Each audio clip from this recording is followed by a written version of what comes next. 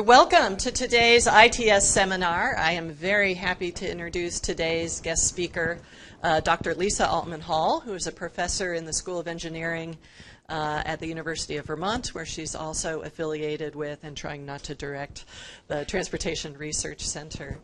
The University of Vermont is a partner in our National Center for Sustainable Transportation. So Lisa is a good friend to ITS Davis. And in fact, she spent a year here on sabbatical 2 years ago when we were working on the proposal for the National Center. So she played a very important part in shaping what the center is all about. And we're just really thrilled that she's a partner with us in that effort. Today she's going to talk about her very interesting work on long-distance travel, which is one of these topics that we have not paid enough attention to. So we transportation planners spend a lot of time collecting data and analyzing and thinking about daily travel, the daily choices that we make about our travel.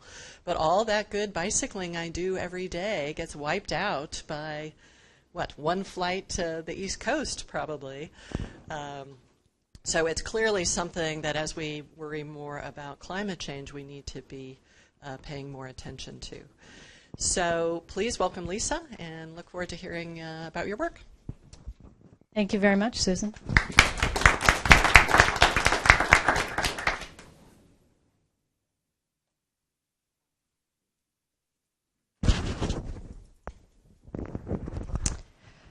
Okay, so moving towards better measurement and modeling of long-distance travel. Before we start, I want to acknowledge my collaborators. The survey I'm going to talk about, and a lot of thinking on modeling approaches, is work I've done with Jeffrey Lamonde at Auburn University. And lots of the results you're going to see today were created by my colleague Chester Harvey. James Sullivan is also a partner on the work, and the survey was done by RSG and funded by the US DOT through our UTC program before we were partners on the NCST. So what I want to talk about, and really the reason I decided to come back to Davis and give a seminar on this topic, is because I recruited for a one-year-long longitudinal survey of overnight travel, the LSOT, while I was here. And there were a lot of California participants. We recruited at transportation centers and in our professional network because we were worried nobody else would do a one-year-long survey. And when I was at Georgia Tech last fall, I realized that people in the audience had actually been the participants in the survey. And so I wanted to give the seminar in California to have this rare opportunity of actually presenting your results to the wonderful participants who provide you the data as the researchers. So I'm going to tell you about the LSOT. And I'll tell you about it in case you weren't in it, and so you'll know about that. But what I'd like you to be thinking about all through this presentation, I have a million slides and a million graphics because I'm an academic and that's what we do. But as you look at them, I want you to think about long-distance travel. How should we be measuring it? What are the patterns over time and space? Should we be incorporating it in a better way as transportation researchers into our models when we think about energy and environment? And then I'm going to propose at the end a framework for modeling overnight travel. Not long-distance travel, but overnight travel, most of which is long-distance. And I would argue that overnight travel is the frame that complements our routinely collected daily in-region household travel surveys. And so if we have in-region daily travel surveys, and we have overnight travel surveys, when we put it together, we'll have what we need, whether that's a high-speed rail study or an electric vehicle study or whatever it is, we'll have the full set of activities and travel that people undertake. There's been a lot of hype lately, right, about VMT leveling off. And folks are talking about the fact that VMT per capita maybe has been level for as long as 10 years. And it sort of feels good. I'm sort of assuming we're an audience of people who come from that transportation planning demand modeling framework where we think about modeling people's travel in vehicles in their region, and we're saying, gosh, isn't it great? Maybe it's the millennials, maybe it's the downturn in the economy, maybe it's all the biking in transit, but VMT is finally leveling off. And I think the piece of the picture that we're forgetting there is what is happening with flying. And why don't we consider surface transportation and air transportation together as transportation planners and demand modelers? For the most part, we really don't do that. It might be nice to have a nationwide model of travel. There was quite a good paper by Maren Atwater, a very good paper, in fact, but I know there's more details she's going to release in the next papers at TRB this year, proposing just this very thing. We need a nationwide activity model for long-distance travel. Why don't we have that? And this here is actually a map of freight flows in the U.S. And I used to do a lot of freight research, and I thought the freight data was just dreadful, inaccurate, and we struggled to have a nationwide model. But when it comes to passenger travel in the United States, we haven't done a comprehensive survey of that long-distance travel since 1995. And things have certainly changed since 1995, and we struggle with being able to have a nationwide model. We can think about who measures travel, and the answer is a lot of people measure travel, right? Airlines, transit providers, resorts, restaurants, customs and immigration, associations who lobby on behalf of the travel industry. Google measures probably the most travel of anybody, right? But none of those things really fit into our framework of needing and wanting origins and destinations by time period for our transportation planning models so that we can forecast into the future, so we can play with scenarios and see if mode changes are going to happen. The two transportation-based data sources we have are listed on the bottom on this slide. One of them is, of course, the vehicle counts that we make, continuous detectors that are all over the country. And we don't really know where the person's come from, where they're going to, how many people are in the vehicle. Is the driver male or female? Are they 10 years old? Hopefully the driver is not 10 years old. Are they 17 years old? Or are they 87 years old? That sort of travel information we model based on our household travel surveys, traditionally done by phone. That's kind of a not working so well idea now. Now done on the web, and hopefully going to be done by apps in our mobile devices very soon. So it's this sort of data, origin destination-based data, that we have very little of, and you can almost say that we really don't have it all in terms of nationwide or globe-wide long-distance travel. For that reason, my colleague Jeff Lamonde and I designed the LSAT, the Longitudinal Survey of Overnight Travel. And in order to get a sense of what your long-distance travel patterns are, you have to do, we proposed, a year-long survey. And so that's exactly what we did. We had a sign-up survey, a first survey where we got demographic information, and then a monthly survey where folks told us every stop on every overnight tour they made. They told us their plans for overnight tours for the next 6 months. They told us changes in those plans if the trips hadn't occurred. This was a very, very burdensome survey. And over 50% of the folks stayed with us. They were all over the country. You can see that there were lots of them in California, lots of them in Vermont, and lots of them in Alabama. Because, as I told you, in addition to recruiting semi-randomly with newsletters, we recruited in our professional networks. Jeff's grandmother was in the survey. My mother was in the survey. Because we really didn't know who would stay with us for a year-long travel demand survey. We had what Gil has called a primitive map and Google interface. It was a while ago now. It was a real struggle to get this working and to get folks to do it, but to have an interface where they could give us every stop on so many trips. And we ended up going with mostly them typing things in and then the map interface coding it. But you could have used the map interactively, and I think that's the way we need to be going because the map made it really work. And in the end, what we found, not surprisingly, but again, in our travel planning demand modeling framework, we don't have the data that tells us this. Of course, in 1 year, people are traveling all over the globe. That is the geography you need to use in order to study overnight and long-distance travel. That is the geography that makes it necessary as transportation planning researchers that we think about surface and air travel more together than we ever have in any of our models in the past. Now, the California participants, I think there was about 70 made it all the way through. You add the numbers on the side. These circles represent the stops in your overnight tours as the California participants. And of course, if you glance down the demographic variables at the side, this is not a random sample. We don't capture everybody.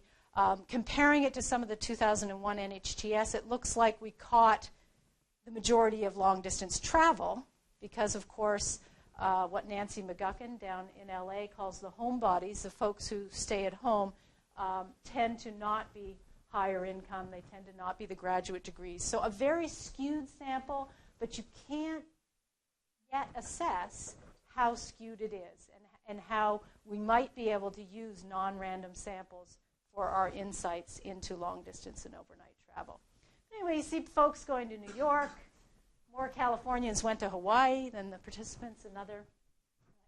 Lots of you going to Texas and the neighboring states. But then when you use the same type of map and you look at where in the globe the California travelers went, it is more evident to you that, of course, this is not a random sample. We're not capturing everybody. And you should immediately jump to thinking about, oh, yes, it matters for energy and environment, but oh yeah, we need to be studying long distance and overnight travel because the quality of life that we get from that is inequitably distributed across our population. People don't have equal access to long distance travel. So all of a sudden, many, many policy areas necessitate having some measures of long distance and overnight travel. So we see that Californians in the sample went all over the globe. That big circle is the number of stops that were in the United States, and then the circles are proportionally sized. So let's stop for a minute here and think about what data do we collect. So what we collect is day travel, our daily trips, and things like the NHTS, the state of California, many MPOs, state of Ohio, many states do these day travel surveys. And that's quadrant 1 and 3 on this graph. So if we think of how we classify trips and travel, tours, if you will, they could be local in our home regions, or they can be long distance, potentially out of our home region.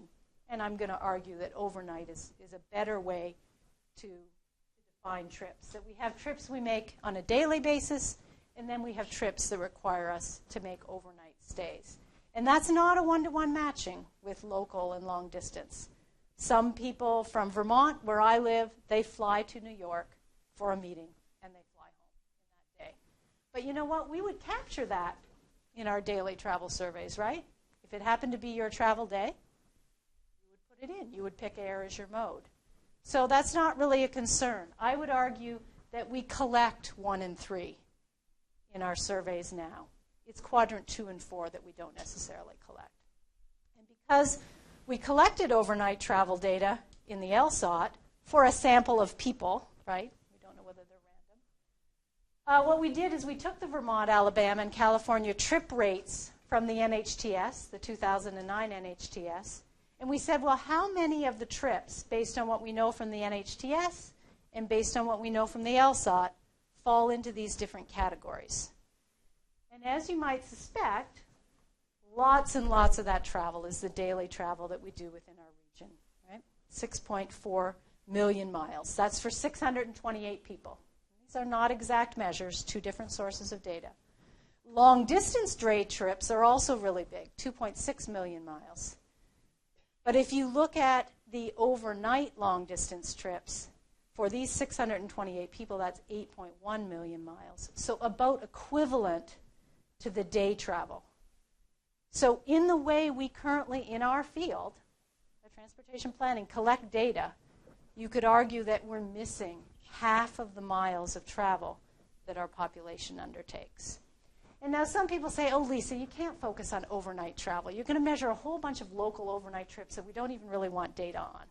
And that's kind of true. Local overnight trips, you go across town to stay with your elderly sick mother, whatever it is. Maybe it's not that many miles. But this overnight framework is something that our participants can really relate to. And if we're collecting data over an entire year, and they're sitting there at their computer with their calendar telling us when they made trips, they really don't know when they made a trip that was longer than 200 miles. I mean, that's a hard question.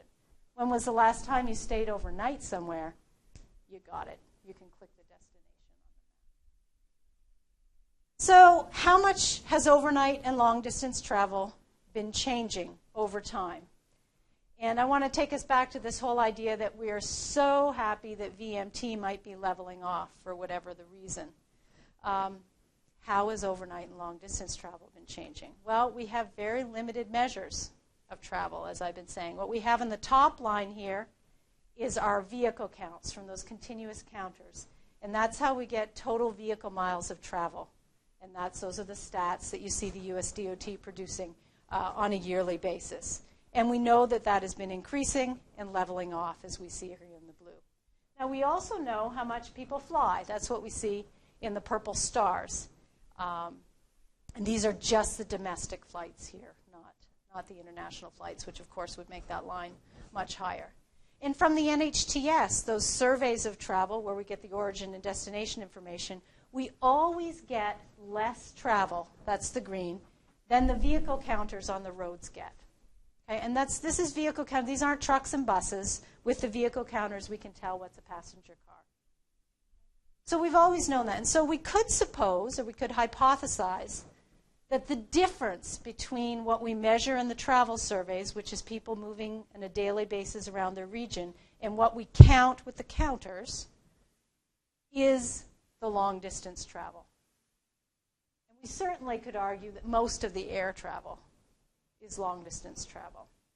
And so if we add those two pink lines together, those two pink areas, we might say that this is the estimated long-distance or overnight travel over time. It's kind of a funny line, right? Maybe it takes a dip there. At the very least, it might be safe to say maybe long-distance travel was level between 1985 and 1995. That could be because in that time frame, the NHTS methodologies were undergoing particular improvements to capture more travel. It could be because the majority of the baby boomers who made up a big part of the population were raising children between 85 and 95. It could be because there was an economic downturn in that decade. We don't really know. And that's sort of part of my point in bringing these graphs in, is to say to you, why don't we know? Shouldn't we know? Shouldn't we be collecting data on this? And of course, there are many people in our field who have been advocating that for quite a while. There are other numbers that certainly suggest to us that travel has been on the increase. This is kind of a fun one. This is TRB attendance and AGU attendance in San Francisco. I think it's always in December. Those are two big conferences that have always been in the same city. And so we see that the AGU people have been doing better than we have in getting people to come to their conference. But we also see this increase in business conference travel. We can also look at how many hotel nights have occurred by year. We see, interestingly enough, a leveling off in the mid-range, but certainly an increase in hotel stays. So we know that overnight and long-distance travel is likely increasing at the same time that our VMT is leveling off, but we really don't have a lot of information to back that up.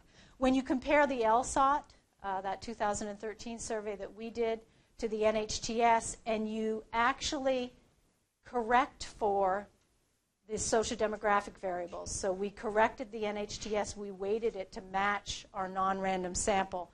We do see significantly more travel, more distance, more days away, more going out of state, more international travel, more air travel. So definitely it's increasing.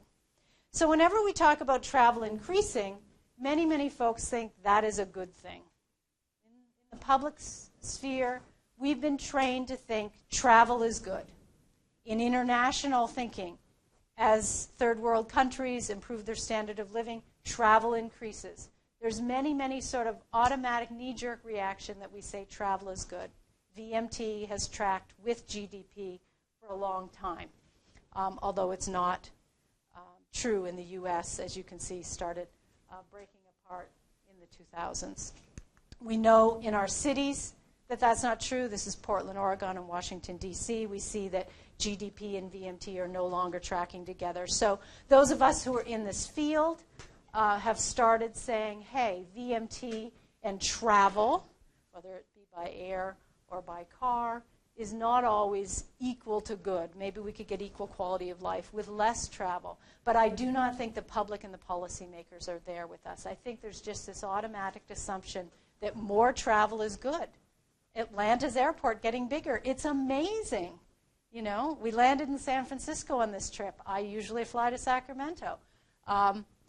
It's amazing that we can bring all those people in. You know, there is an awe to the fact that we can fly around the world. There is this assumption that travel is good.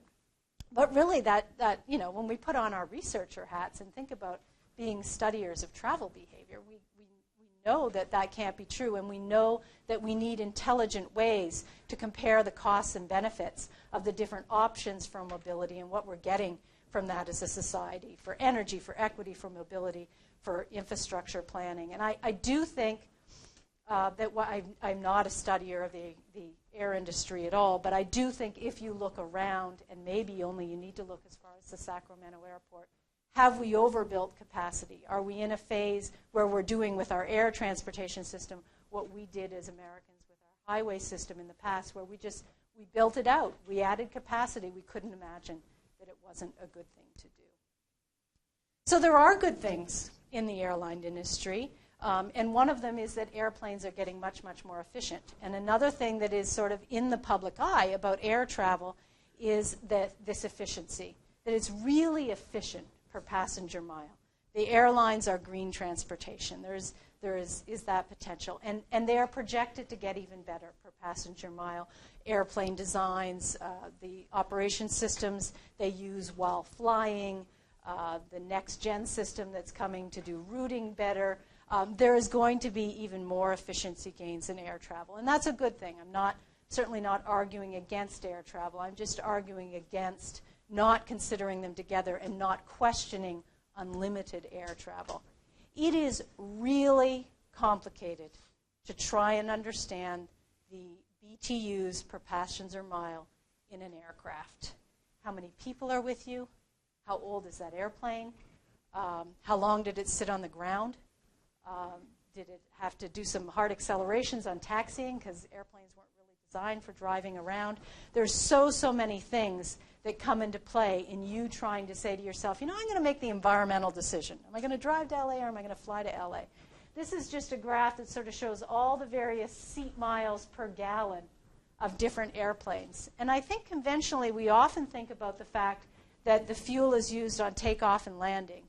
And there's a very complicated interplay in how long the haul is, how well the plane is designed, how much fuel you have to take off with if you're trying to get to Asia.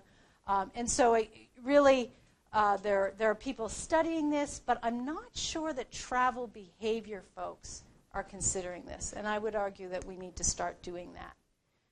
So if we start comparing the BTUs per person mile by mode, that becomes a very interesting analysis because there are big ranges depending on how many people are in the vehicle. So, of course, the BTUs per person mile for the air can get very, very high if you were alone on your airplane, but we're very rarely alone on the airplane, right? We're usually down here, between 1,500 and 2,000 BTUs per person mile. We can certainly get that in an average car, and we can get it in a Prius. A coach bus actually can be incredibly efficient depending on how many people you have in it. So we need to start thinking about this in a travel behavior sense. But to bring it back to the LSAT, in the LSAT frame, maybe let's just say, for argument's sake, every mode is about the same efficiency per passenger mile. But it's not the same energy per trip because you go a lot further in an airplane. So we've kind of been lulled into thinking that it's efficient for Lisa to fly to California for 3 days and give a seminar, but really it isn't. It would have been better for me to drive to Philadelphia and give a seminar, right? And so we need to be very, very careful when we're setting up our activity models, when we're thinking about scheduling overnight trips and long-distance trips throughout the year as we now model activity schedules through the day. We we need to be careful to think about, for improving the environment, for improving energy consumption, should we really be serving all of the demand? Should we be serving, unlimited Vermont to California flows? I'm not sure that we should. So that gets us back to the LSOT and the fact that we don't really know what the Vermont to California flow is in any particular time frame. We know how many people fly from New York to certain California airports. There's pieces we know, but we really don't know the travel in that OD sense that we work with in our travel demand modeling. So we wanted to know that.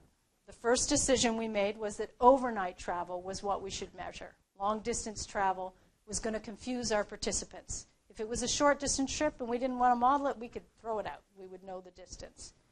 And we recruited our friends and family and our professional networks because we weren't sure that we could really keep people doing a really complicated travel survey for a whole year. So hats off to all of you. I think it's absolutely amazing. I had an apology at lunch from somebody who said they thought they dropped out early. No problem. I had good friends that told me, Lisa, that survey of yours was too much. I quit. We were blown away. 51.5% of the people stayed with us for the whole year. And Jeff and I were quite sure that it was our friends and relations, right? But it turns out that it wasn't. No, we did, 7 types of recruiting. University direct email, that was at Auburn. We recruited our friends and family. Transportation agency, Caltrans, Vermont. A neighborhood newsletter in Vermont. In fact, we chose neighborhood newsletters that were a long way away from the university, so they would be people completely unassociated with us. 2 businesses recruited their employees for us, and then we had my Facebook friends. And as it turns out, the Facebook friends win. And I think that's very interesting because the consultant did this for us, RSG, had tried to recruit for surveys by advertising on Facebook and had not done very well with that. But somehow people seeing little posts from me every week or two might have kept them more engaged in the long-distance travel survey. But when you really plot it out, there wasn't a whole bunch of difference between who we retained. It didn't seem to matter. And I've come to refer to the people who stuck with us, the incredible number of volunteers who signed up to come to focus groups after the 1-year study, as the keeners. And I'm told that that's a Canadianism, that you don't say that here, a keener. Keener, somebody who's keen. That these were really keen travel survey participants. And so kind of a crazy research question is, well, if we need a really burdensome survey, does being a keener make your travel behavior any different? Or is the set of keeners, are they representative of all types of travelers? We don't really think we had a representation of all travelers. I know from talking to people who, of course, I don't ask who's in the survey, but lots of neighbors would volunteer or colleagues, whatever, that if they were a light traveler, they would say, I quit doing your survey because I don't travel at all, and so you don't want my data anyway. And I'm like, no, stay in the survey. We also lost the heavy travelers, and I think we could improve on that with better design for especially repeated trips. This is a really crazy graph constructed by Chester on the advice and input of Jeff. And I wasn't sure what they were going after, but it is really neat if you look at it. Each color there is a cohort of when people dropped out. So that they got to the dot and they drop out. The pink guys drop out at month 9 and the orange guys drop out at month 7. Many of those lines have a month of high travel before we lost them. And so we think that we're missing heavy travelers and we're missing light travelers. And for those heavy travelers, we may need to rely exclusively on mobile technology. But bottom line is, none of the typical variables. We did models of who we were retaining, and we got statistically significant correlations and predictors, but they weren't really making a very big difference. Okay, there's not a real pattern of who we managed to keep. So we talked to the people in focus groups, thinking that we were going to learn a little more about their experience, about how to do these really onerous surveys with people. they found distance thresholds that we used really problematic. We asked a question about a 50-mile trip. They told us that was the hardest question on the survey. Okay, so I had people typing in every stop that their cruise ship went to, and they thought that the 50-mile threshold was actually the hardest question on the survey. They liked the overnight. They wanted to tell us mode information. These keen survey takers, they wanted to tell us what their airport access mode was. They also said, you only asked me who was with me on that trip, but every leg of the trip I was with a different set of people. My wife flew into Italy, and then she joined me, and we flew over to Greece. So really complicated travel patterns. We ended up finding out that 1 year is a compromise. It's a compromise we're recommending, but people sat at those focus groups tables and said, yeah, well, every third year we go to Germany to visit the wife's mother. She needs to see the grandchildren. Patterns, 1 year is not enough, but realistically speaking, probably as much as we could hope for people to do in a survey. They thought the 1 month recall was perfect. There was no one in the focus group who said, oh, yeah, I would have done that survey every 2 weeks for you, Lisa, no problem. We also learned that there were an awful lot of anomalies, just really special cases. And it seems to me every time Chester runs stats on how many special cases there are, he comes up with between 5 and 10%. And so if I eliminated everybody that had a special case, sometimes I think I would have no one left in the survey. We've got long-distance commuters. What do we do with them? Those are daily trips. We have couples who live in different cities. We have people who travel extensively for work. When I start showing you some of the numbers, I think our top trips per year was 110. Members of the military. It hadn't even occurred to us that they have these incredible, complicated, and quite frequent long-distance travel patterns. People who switch home bases. So what are we gonna do with my mother-in-law? She lives in Florida half the year. She lives in Vermont the other half the year. So we've got to incorporate all these really complicated things into our models. And we could say, don't worry. Somebody else is going to be in Florida making her local trips. That's not true. It's that mass migration, right? It's a piece of our national long-distance travel network. Pets. Who knew we needed to have pets in the travel party? Why did you fly? Why didn't you fly? I didn't fly because I wanted to take the dog. It's a factor. It was a factor that came up in more than one focus group. And then people were confused by the overnight. If you were flying, cruising, or driving, my colleague John Dowds is here. He's going to fly back to Vermont overnight tonight. Was that an overnight stay? Was that an overnight stay on JetBlue? How do we get that? So certainly overnight's not perfect, but we're still recommending it. And I'm recommending that we must find ways to incorporate all of the anomalies into our overnight long-distance activity model, or we'll lose everybody because everybody has got an anomaly in their overnight long-distance travel. So, what are the survey design conclusions? Those keeners, they really matter. Annual's right, monthly recall. I believe overnight is really where we should be going, and the use of maps and improved use of maps is going to be really important. So once we get all this data, what are we going to do with it? Well, my colleague, Dr. Lamondia at Auburn, he is an activity-based modeler. And what we want to do in simple terms is really up here on the board. We believe, as Maren Atwater and her group does, that there needs to be an annual activity model for long-distance or overnight travel, whichever one you're going to go with. We're recommending overnight. So you have your overnight travel budget for the year, whatever it is, that gets delineated into tours, and then they get scheduled through the year.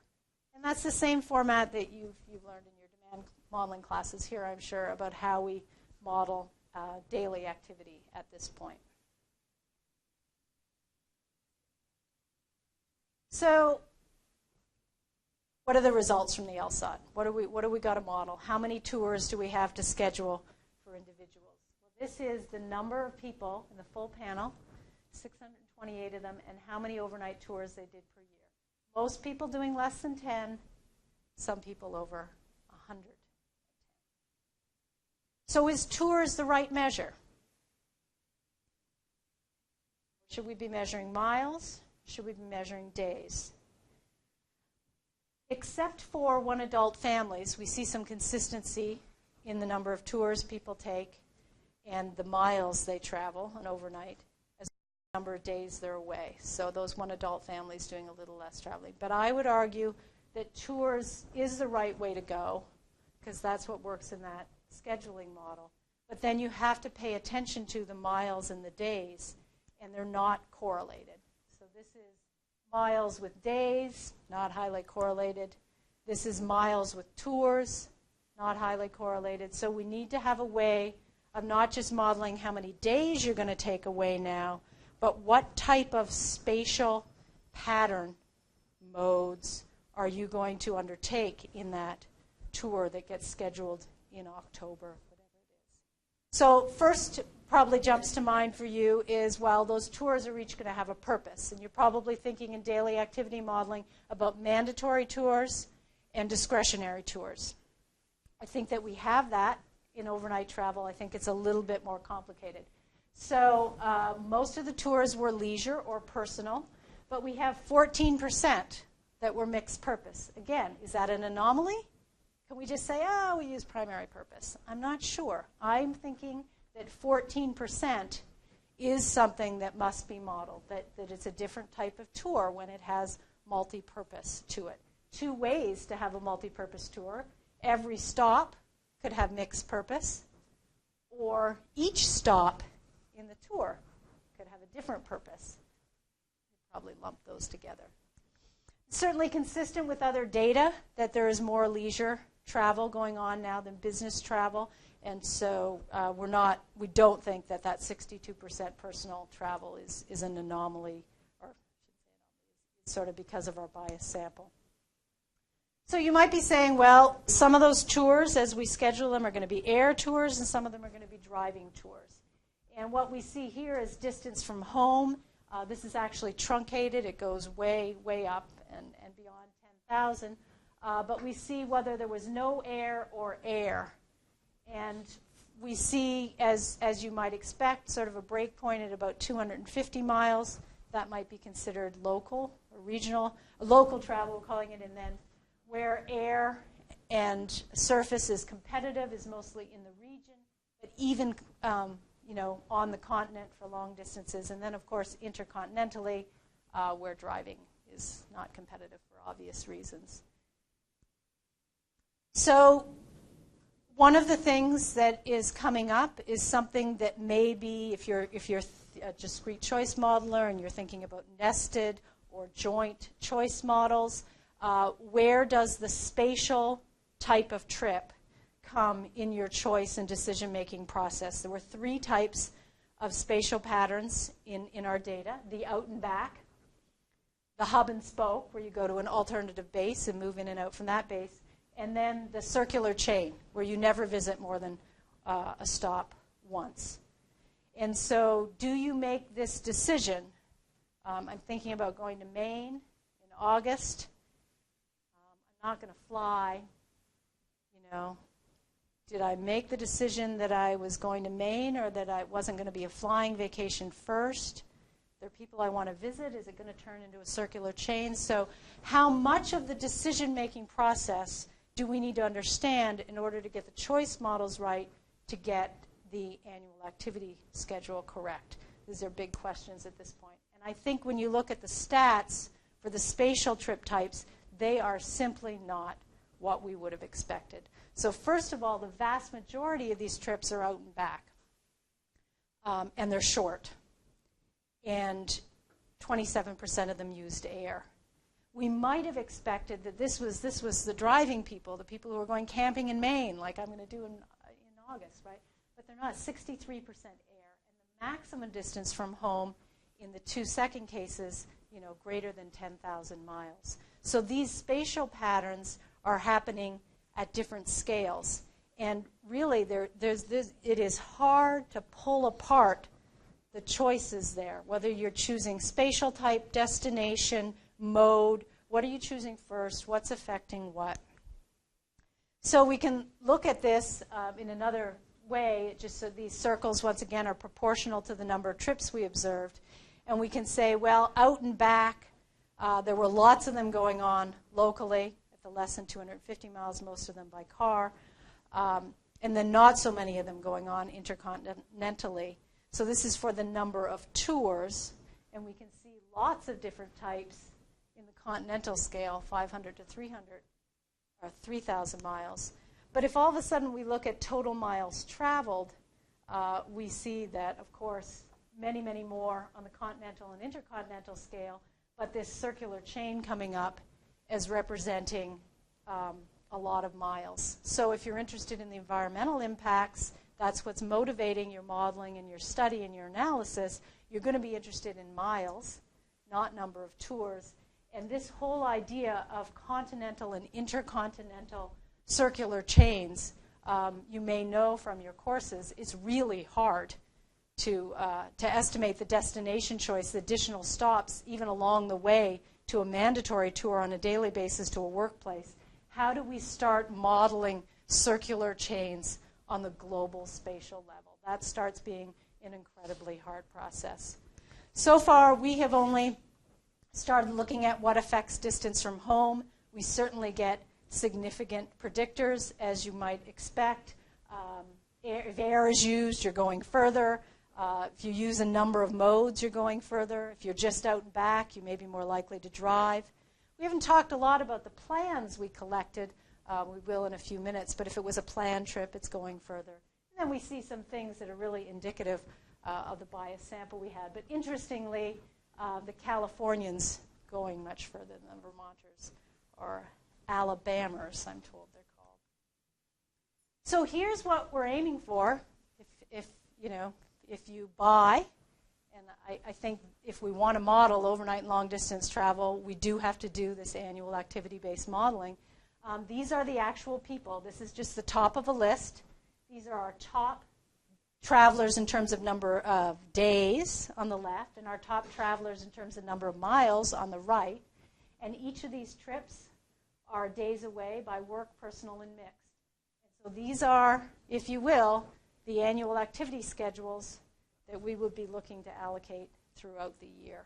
And so we have some folks here now, 628 in this sample, that we have data for that we can start estimating choice models. But of course, that's not a very big data set. Start talking about multiple choice models in an integrated model. So hopefully, someday, when I come back to Davis on an airplane, no doubt, I can't use that fuel until I have actual modeling results, and we have successfully done the allocation for the LSAT participant. So what is this model going to look like? And so you can start saying, well, what do activity-based models for daily travel look like? And this is the older forms that were discussed through the 1980s and 1990s. We know that there's an urban landscape, a regional landscape, that affects household decisions. They're either long-term or daily household decisions, and that from that negotiation and iteration between the household members, transportation system performance comes out at the bottom. And that's what our engineers and planners have typically been interested in. And of course, many of us as academics are much more interested in the decision-making processes of quality that are coming out from the middle models. Our friends at RSG published a report this year that I consider kind of an update of this traditional diagram, where they're showing the same thing, that long-term choices are affecting mobility choices, daily activity patterns, then you get trips and tours, then you go to network assignment and you get the output that you're looking for, and that there's this integrity and exchange of information up and down the model chain. So Jeff Lamondia, my colleague at Auburn, turns this into an activity model in this way. And can you see that at all? There's probably a pointer on this, but so you take the regional model, you simulate a population, then you have long-term decisions, where are you going to live, where are you going to work, you're going to own a car, and then you start modeling daily activities, what are the desired activities and how do we schedule them in the day, mandatory tours first, coordinated tours with your household members, and then discretionary tours. And there's pretty much agreement that you can't schedule your trip to the beach before you schedule your mandatory trip to work. So it's a structure that's pretty much agreed upon. As you get into these details, people have alternative modeling approaches. You know, how do you pick your destination? Do you add intermediate stops? What are the attributes of those stops? And it's bundled together. And ultimately, after you have that schedule, you get a network assignment, and you see travel on the different modes of transportation in the region.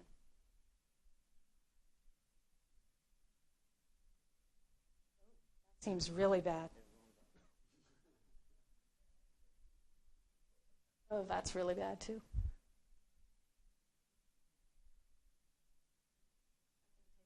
Solution. Everyone breathe. We're nearly through it. This is the long slideshow. Hopefully not an overnight slideshow. So this is our preliminary approach to how we might construct integrated choice models to model overnight travel on an annual basis. So a couple of changes here. First of all, we have to have a global landscape in this model. We need to know where the destinations are. You're making choices about where to go in the globe. No longer just enough to have activities in the region because it's an annual overnight travel model. And then on a national level, you need to have some measure of the demographics, your synthetic population created, projected into the future if that's what you're doing. And then, in terms of long-term decisions, there is this possibility we need to consider home bases and alternative home bases, and that we need to look at your social and business networks. And we haven't talked about this yet, but this became very clear in our post-survey focus groups. We were kicking ourselves. Why didn't we ask where your mother lives? You know, if Dr. Handy's mother lived in Pennsylvania, my bet is she would go to Pennsylvania more often. And so it helps narrow that global choice set, that global geography, if we know where your social and business networks are. If you work for a company that's headquartered in Hong Kong or in Philadelphia, you're going to go there more often. You just are. How do we capture that? And then we don't think it's clear how trip types are prioritized. We've had discussions in the research group about whether you might be trying to minimize work travel and maximize leisure travel. And what about personal business tours, obligatory personal tours, going to do medical business or financial business? Are you going to do that ahead of leisure? Do you have the ability to trade off and get leisure and give up some of your other purposes? How do you add additional stops in these different spatial types? And where do you decide spatial type? It seems to me that you don't decide spatial type first on a work trip. If I need to be here and I need to then be at UCLA, that's maybe decided for me. But in my camping trip in Maine, I can make an integrated choice of what that trip is going to look like in space, which stops, what my purpose is going to be at each stop. I think that the leisure trips are a special case, and people who have done work in this area have tended to do more in that leisure and tourism phase. And then where are modes? We see in the Outwater work that they're proposing a joint Maine destination mode choice for all types of trips. We're not sure that we see evidence of that in the LSOT. We think that it might be a mode choice after you know where you're going for the more mandatory trips. And then finally, how is this constrained over the year? How do you create a travel budget? And we think that's going to be much more complicated than the daily travel. And daily travel, the best graphics, I think, are actually the folks up in Toronto. They've drawn these diagrams of time and space and where can you realistically get to in a day.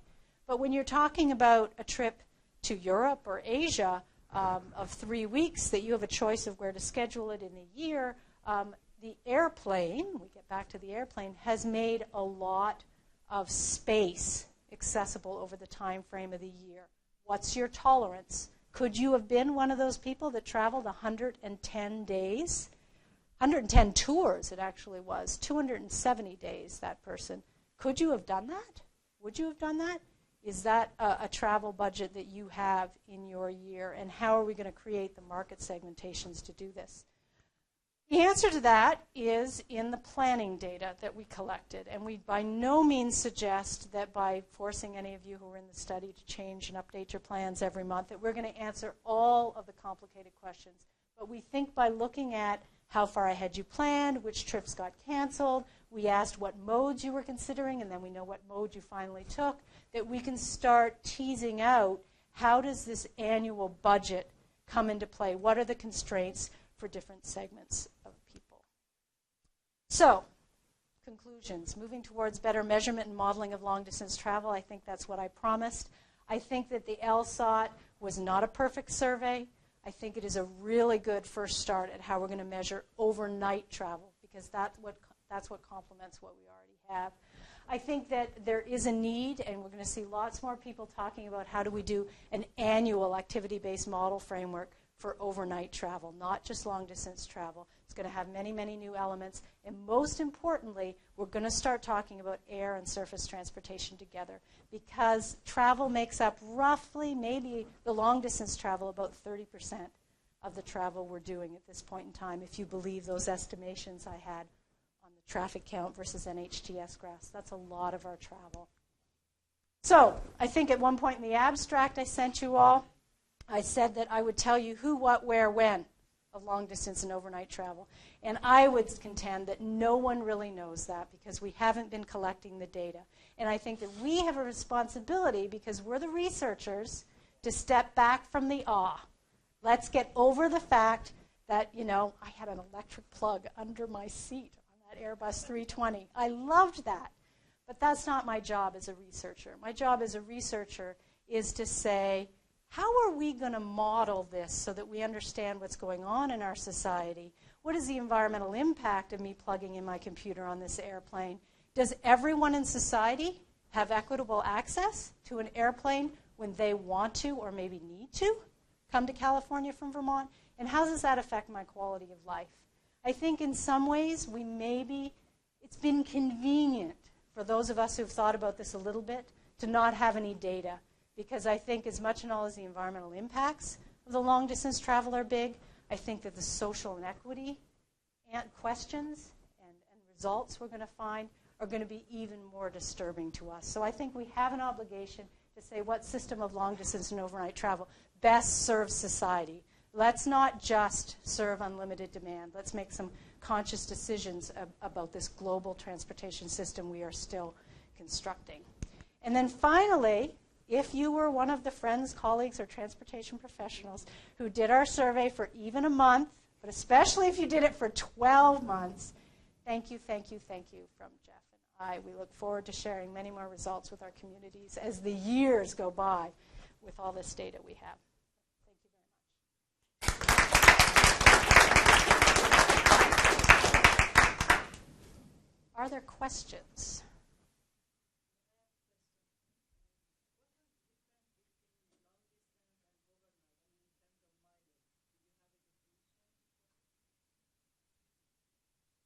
The question, for those of you who may be listening online, I'm told I should repeat them, was what's the difference between overnight and long distance? And this graph is the one that has the best. So many people have traditionally, in the United States especially, used a 50-mile threshold, some 40, some 75. 8% of the overnight tours were within 50 miles of home. More recently, as more of the studies are maybe focused and motivated by high-speed rail, we see lots of use of 100 miles. 23% of the overnight tours are within 100 miles of home. That's a pretty substantial percentage. 100 that's right, one way.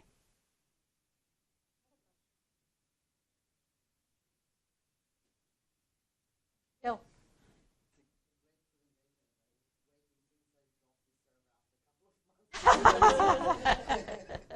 Confessions will not be necessary. I think that my mistake was to put too many and drop every month more and more trips. It was hard. I have a question about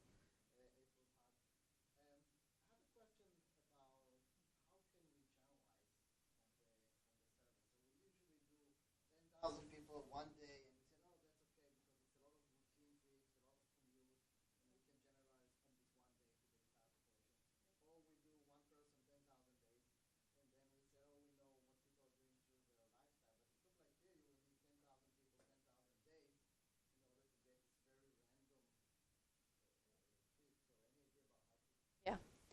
So for those of you on the web, there was a confession from Gil that he dropped out after 3 months. And interestingly enough, he implied that that was because he was over-providing plans. And there's a lot of evidence in the comments and in the focus groups we had that there was a lot of confusion about when does a plan become a plan. If we decide to ever collect plan data again, there is a wholesale redesign, tons of pre-testing that needs to be done because that was one of the problems. But his second question was about how do we generalize this. In transportation demand modeling and in the data collections we do, the household travel surveys, we typically go for large sample, 1 day.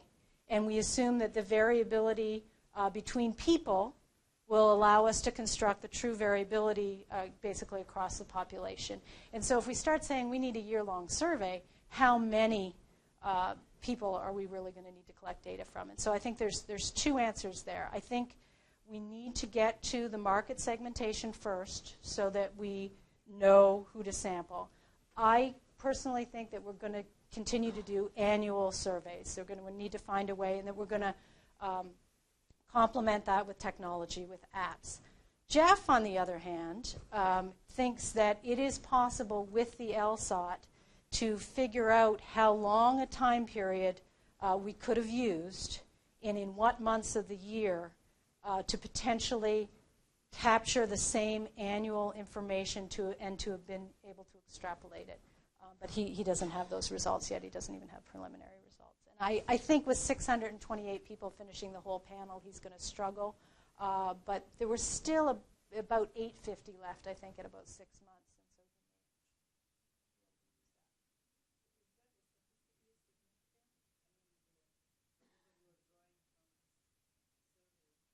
So the question was, how statistically significant can the results be? And I think I've actually had Chester look into exactly who is in this sample. Find me a way that I can generalize this. There is no way to generalize it. It is that biased a sample that it cannot be generalized. And in essence, it's because of the income bias is what I think. And even there's low income in the sample, but they tend to be students, and the students and faculty traveled so much more than the staff and non-university people. So I would say that we may be able to come up with statistically significant models where we compare different groups within the sample, but in terms of generalizing, that's not happening. Yes, sir.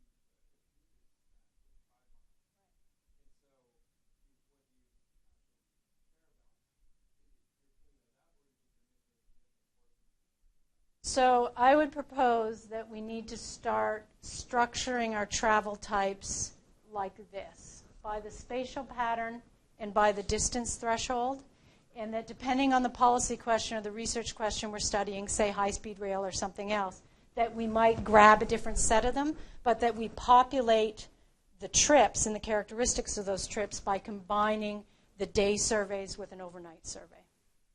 So that therefore, if what we're after is trips out of Vermont that were between 500 and 1,000 miles for some reason, we grab them from our two data sources, do the appropriate weighting to get our population, and then do the analysis we need.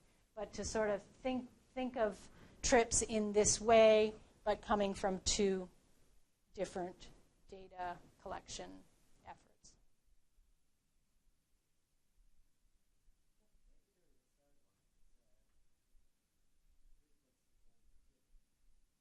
Frequency or routine. And I apologize, I forgot to repeat the last question, but I think that's fine. The next question was, is frequency or repetition something? And yes, I think it is. And we've discussed whether or not we should have asked for typical destinations at the beginning of the survey. We allowed people to give nicknames to their tours, which I will confess I argued was a silly idea. It turns out it was a fantastic idea. People really used it. They found it helpful. We're even looking at what they wrote, and it's giving us more information about the trips. So naming a trips is a good idea, and getting typical destinations probably would have been an equally good idea. And I think we lost people based on the comments because we didn't have a button to say, you know, I flew to LA because that's where my wife lives again. Right? So repeating is really, really important. And part of that social business network that I think landscape we have to have for people in the same way we have sort of landscapes of the urban area that's accessible to you. Yes?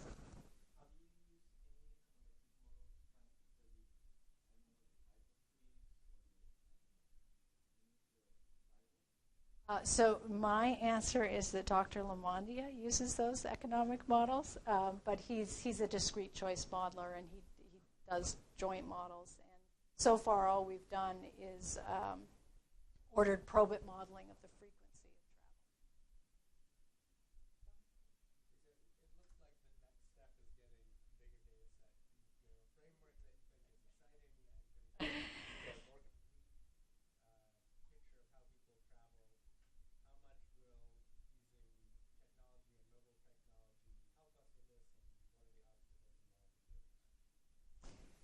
travel. So I'm not a full believer. So, the question was, how much is technology going to help us in collecting bigger data sets? I'm not.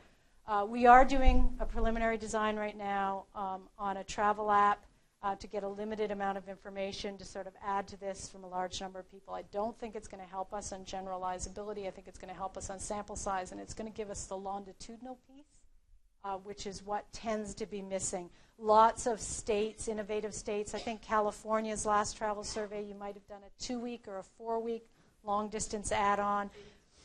Was it 8 weeks? 8 weeks. So getting the longitudinal piece will come from technology. We're concerned about whether or not people will use our apps and how we will give them something in exchange for the information that's very important in app design. I am not yet willing to concede, however, that the household travel survey is dead. I don't think that there's any other way for us as modelers to get the predictor variables that allow us to forecast travel into the future as populations change and circumstances change. So yes, we're working on a Vermont travel app, but no, I don't think this is the last online survey I have designed, and I think the fantastic surveys that go on at UC Davis will still have a place in our world.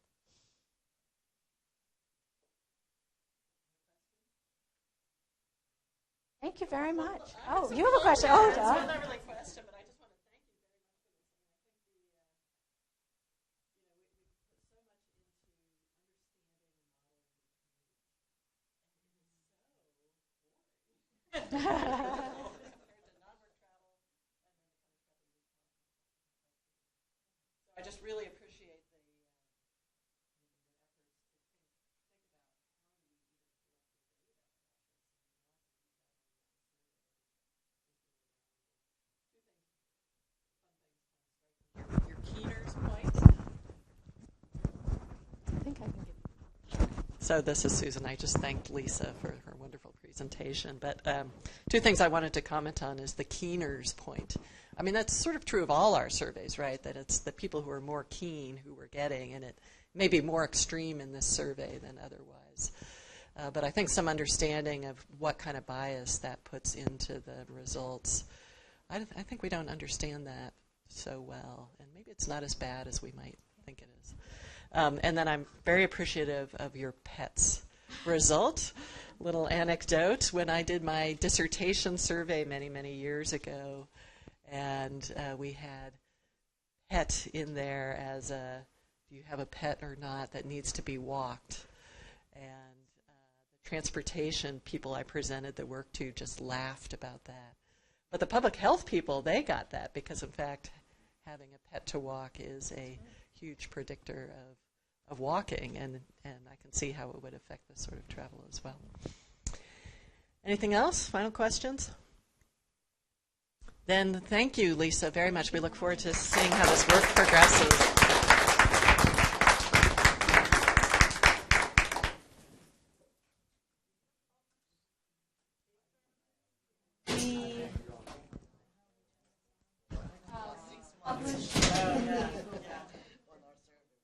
Publish this survey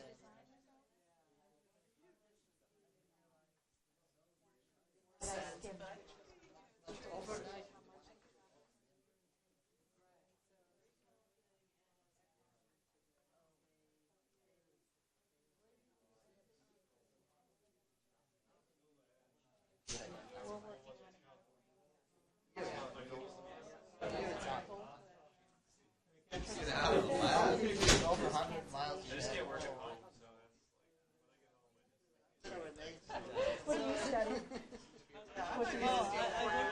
I think that's not unusual. Michigan. And right now I'm with National Opposite problem. I think it sounds. I talked to Susan. I talked to her.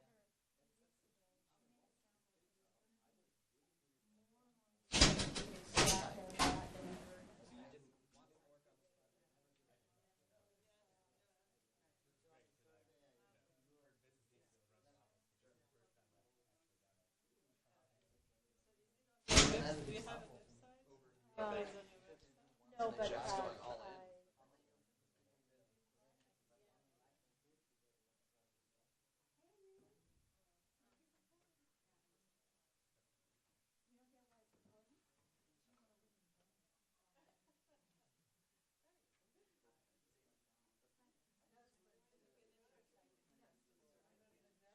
I want to get involved. Like that sounds so intriguing to map travel.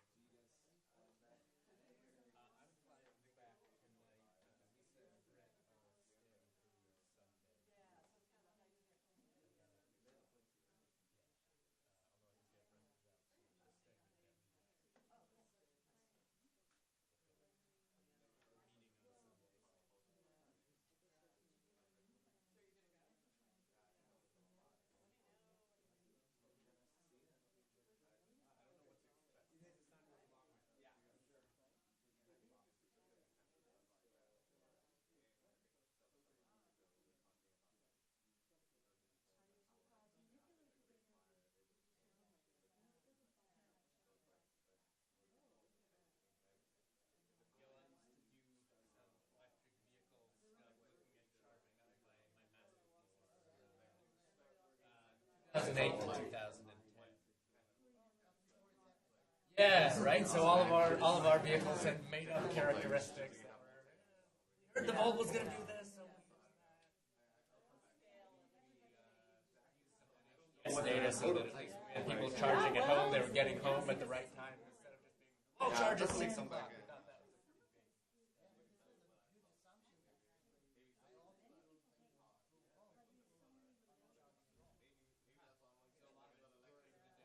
You know, really like new ideas.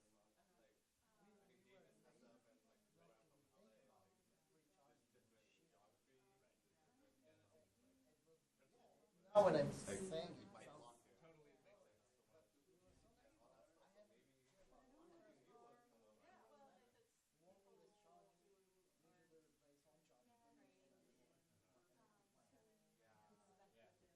I did exactly. Well, and what was interesting too is back in 2006, 7, 8, all the utility guys were like, "Oh, we're going to use it perfectly, make our demand."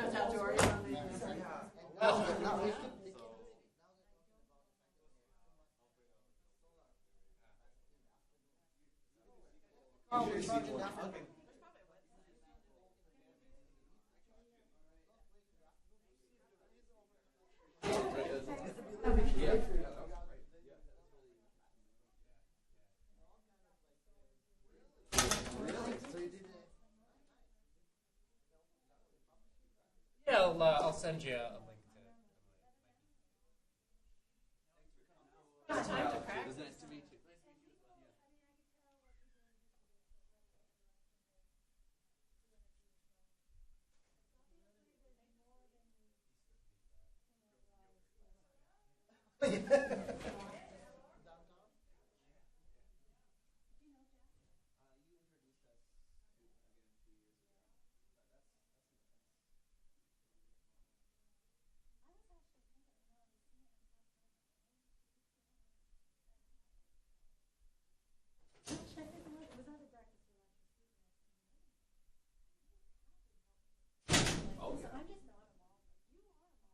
No, I need a modeler. I need a modeler. That will sit next office.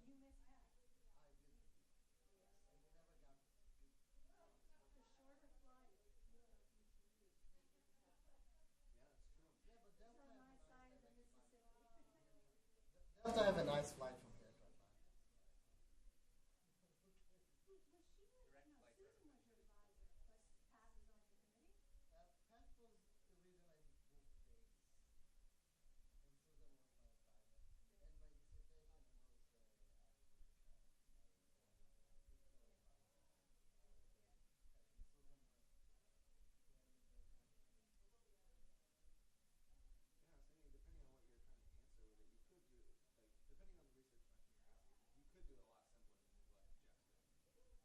my dissertation was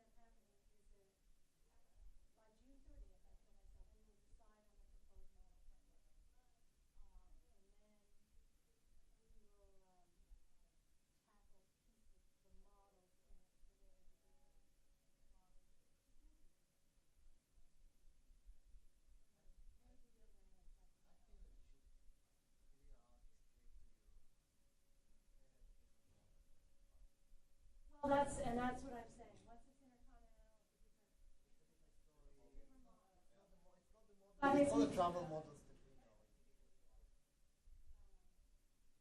different story, but if you made a trip like that, or if you didn't, it affects your travel budget. Yeah, I'm not saying it's not an important story. I'm just saying in the modeling effort, it should be some add-on outside of the model. Trying to create one model fits all. It's also hard. When you do the data collection, as I asked, this trip that we do once in a lifetime.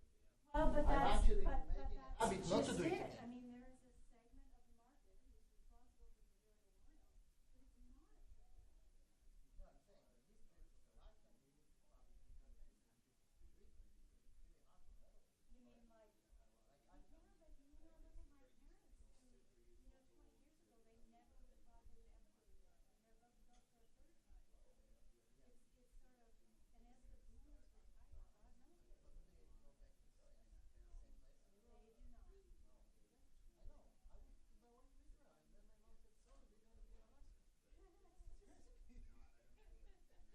They don't. They don't. This age of like early 70s, I wanted to show you the app, but actually I lost out of it. It's a very important app. It's like a suspend. And you just ask for